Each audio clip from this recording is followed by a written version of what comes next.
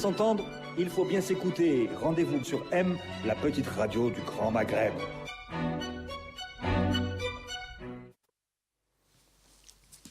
Amis auditeurs, bonjour. Nous avons le plaisir à Radio M d'accueillir ce matin dans l'entretien M. Mohamed Deyahi, directeur général de l'Organisation internationale du travail. Monsieur Deyahi, bonjour. Merci de nous rendre à nouveau visite à Radio M. Merci, bonjour. Voilà, donc vous avez un agenda important cette semaine, c'est pour ça que vous êtes à Radio M aujourd'hui. Il y a une conférence régionale qui se tient au siège de l'organisation à Genève autour de l'emploi en Afrique du Nord à partir du 26 septembre prochain. De quoi s'agit-il ? Je voudrais d'abord rappeler, je vous remercie de votre générosité. Je ne suis pas encore directeur général du BIT. J'ai dit directeur régional du BIT. Je crois que vous avez dit directeur général, mais ce n'est pas grave. Ah ben tant mieux, je sais comment vous souhaitez. Oui, je suis directeur pour la région du Maghreb. Je voudrais d'abord commencer par exprimer ma profonde gratitude à votre groupe qui s'intéresse à ces questions de communication, pas seulement pour l'Algérie, mais pour les pays du Maghreb que je couvre. Et je vous remercie toujours de m'avoir invité. Je vous remercie d'abord de m'avoir invité la dernière fois pour parler C'était un plaisir. La thématique de l'économie informelle et aujourd'hui pour parler de cette conférence, mais également pour parler de la problématique de l'emploi du jeune au niveau mondial et au niveau de notre région. Eh bien, cette conférence est prévue, comme vous l'avez dit, les 26 et 27 septembre à Genève.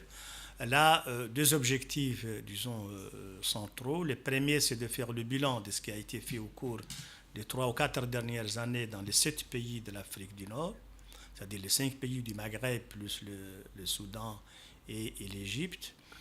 Qu'est-ce qui a été fait par les gouvernements? Parce que la question de l'emploi, c'est d'abord la responsabilité des acteurs du marché du travail, c'est-à-dire les gouvernements, le secteur privé et les organisations syndicales, mais bien d'autres acteurs, en concertation et en collaboration avec le Bureau international du travail, dont le mandat fait de la question de l'emploi une priorité absolue, mais également en concertation et en coordination avec les partenaires de développement.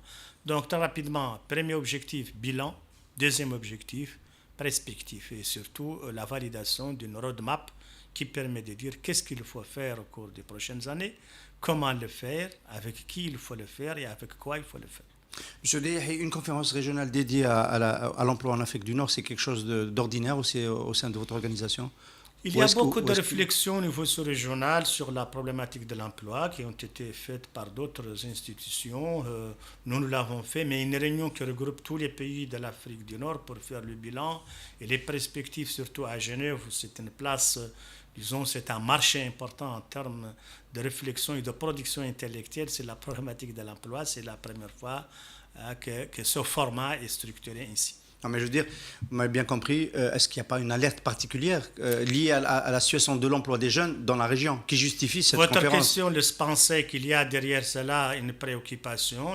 C'est vrai, je dois l'avouer, que les chiffres et les indicateurs dont nous disposons à la fois d'ailleurs au niveau mondial, mais aussi au niveau régional, laisse penser que la situation de l'emploi des jeunes, malgré les programmes et les efforts consentis ici et là, les taux restent très préoccupants pour 2017.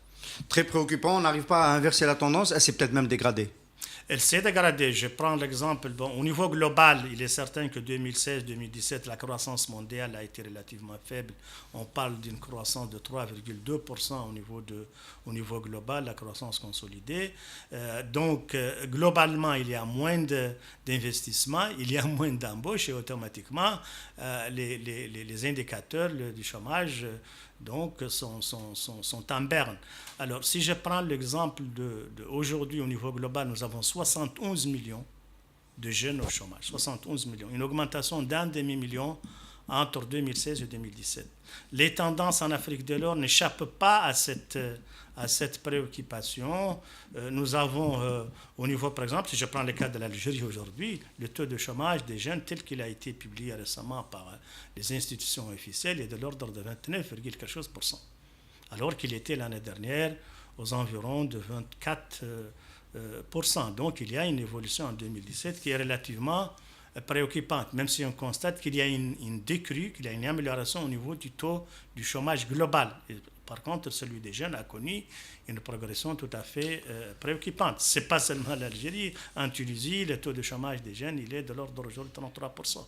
Alors, etc., on a bien etc. compris. Donc, on a une préoccupation qui fait que, malgré ce qui a été fait, nous ne sommes pas arrivés, c'est-à-dire nous et nos partenaires au niveau des pays, la communauté internationale, ou en tout cas la partie de la communauté internationale qui s'associe aux efforts